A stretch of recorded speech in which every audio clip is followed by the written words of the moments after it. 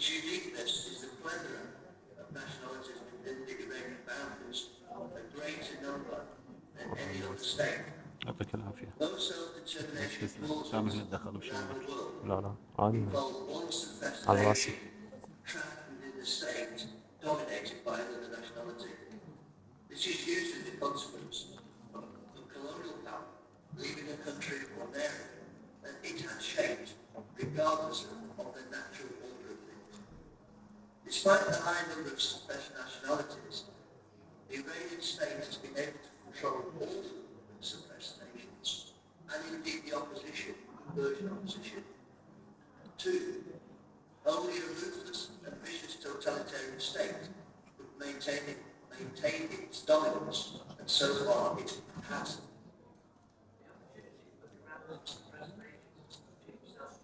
قطع الصوت اللي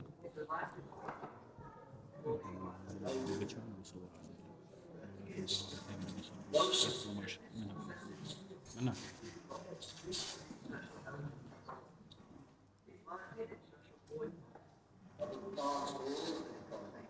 For example, the US and Australia boycott Indonesia over East Timor.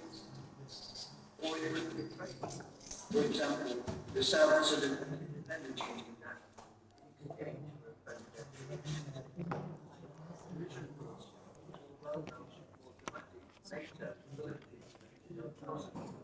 And to a lesser extent, Bosnia and Herzegovina. Given their intent to spread the word and influence of religious fundamentalism through the globe,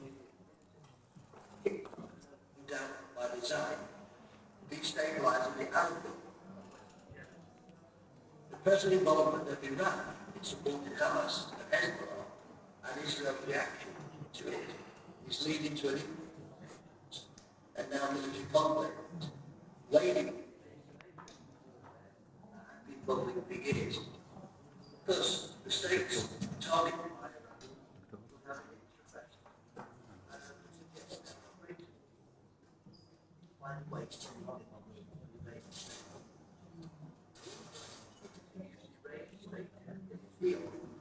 namely in suppressed nations. This might be to encourage and support low-level insurgency to destabilize the regime from within.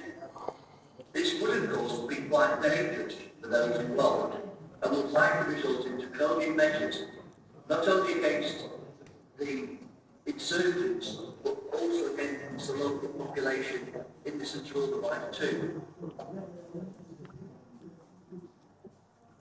This was always on the cards, including supporting the Persian opposition, whether politically or by resources, surreptitiously given to the opposition, all of which of course have failed.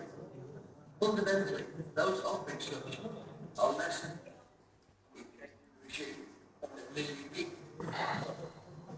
Without contributing to international ambitions, of course, Western and Arab powers may decide as we enter to actually work to oust the regime. باقي لك روح تليفونك وبعدين ظاهر اللي يقعد لان بث غلط. خذ التليفون منك بس نجاوب لنا بس. Now that they can focus on internal matters in the future, or the more radical solution for shrinking the state, regardless of who's in power, by supporting the self-determined elements. Recording in progress. Oppressed nations. I don't have time, I'm afraid, to elaborate how they might achieve those aims. The self-determinists, if the international community decided to pursue the first strategy, namely supporting the Persian opposition, even if it was successful, there is every likelihood that the new regime will continue to oppress the self-determined community as it does now.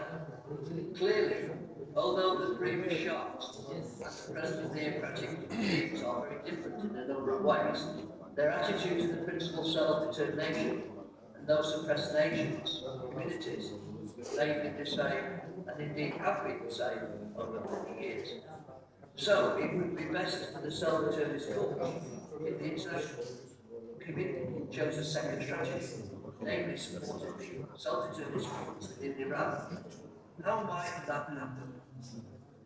It is highly unlikely that the United Nations will support Somalia, despite it having the literary principle of self-determination within Article 1 of its charter. It has been treated as an aberration and was a convenient tool to promote European decolonisation post-Second World War. Remember that the UN was formed in February 1945, so it was in that particular context. And it's no longer, for them anyway, a universal and long-lasting principle. Thus, only individual states acting alone or in concert might decide to embrace self-determinist organisations, or perhaps, of course, support all forms of opposition and see what works best. You, I suggest, as self-determinist activists, need to put forward your case to Western and Arab states that by supporting an ultimately self-determinist cause within Iran, it would result in a positive outcome for those powers by weakening Iran's ability to prosecute their global ambition. I would suggest that how that actually happens and the nature of that intervention is a discussion for another day. But I do feel that if the people listening today hope that by working as diasporas, usually outside the country, lobbying their own people, it's not necessarily going to be successful. It hasn't up to now, and it's not likely to be successful in the future, given the total balance between what your resources are and what the Iranian state's resources are. I feel that that will not succeed. So I'm afraid we need to get international support. And as I said, the UN, all of which should be lobbied, but are not really going to involve themselves in your struggle.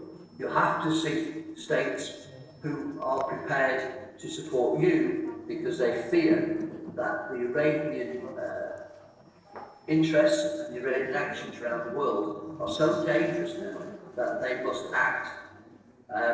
So that's the end of my speech at this point, but I'm quite happy to talk to people in another forum or platform once you have gone beyond talking about what needs to be done in Iran and actually start to cooperate with states that may be prepared to support you. Thank you. ترجمة ذاك تلخص له؟ هاي كلها أنا ما كلها ما سمعت أستاذ.